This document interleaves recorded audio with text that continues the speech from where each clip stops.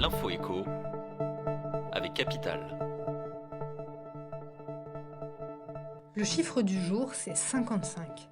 C'est l'âge qu'il faut désormais avoir pour pouvoir se faire vacciner contre le Covid-19. Le ministre de la Santé, Olivier Véran, a annoncé que la vaccination était désormais ouverte à toutes les personnes âgées de plus de 55 ans, sans condition.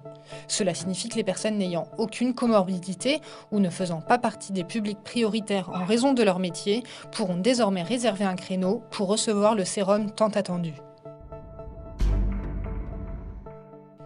L'info pratique. Il est désormais possible de se dépister tout seul pour savoir si l'on a contracté le coronavirus.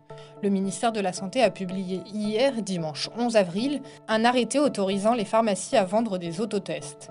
Sur le même principe que les tests PCR, que l'on connaît maintenant bien, il faudra s'insérer un écouvillon dans le nez et attendre un résultat rapide. Si ce dernier est négatif, tant mieux pour vous. S'il est positif, il faudra en revanche aller le faire confirmer auprès d'un professionnel de la santé qui effectuera cette fois-ci un test PCR. Le coup de gueule du jour, ou plutôt le cri de désespoir, est celui des agriculteurs. Fortement touchés par une baisse des températures la semaine dernière, de nombreux cultivateurs ont dû faire le deuil de leur récolte à venir. Certaines productions d'abricots ont par exemple été détruites à 100% et d'autres vont être drastiquement revues à la baisse en raison du gel dans de nombreuses plantations. Malgré l'annonce du gouvernement samedi qui promet le déplafonnement du fonds de calamité agricole, les agriculteurs sont inquiets. Pêche, nectarines et abricots seront rares sur les étals cette année, a prévenu le président de la filière AOP de ces fruits. En plus, pour les fruits qui parviendront à se frayer un chemin jusqu'au marché de nos villes, la rareté de ces produits fera grimper les prix pour les consommateurs.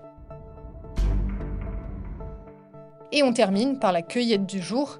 Il ne s'agit cette fois pas de fruits, mais de contrevenants au couvre-feu et aux règles de confinement en vigueur dans tout le pays. Dimanche matin, les gendarmes de Toulouse ont en effet interpellé une centaine de fêtards dans un petit village de la banlieue de la Ville Rose. Ils s'étaient rendus à une fête payante organisée dans un gîte de campagne.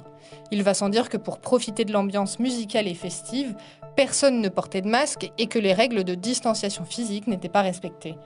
Les deux organisateurs de la fête ont été placés en garde à vue et sont poursuivis pour mise en danger de la vie d'autrui. C'était l'info écho avec Capital.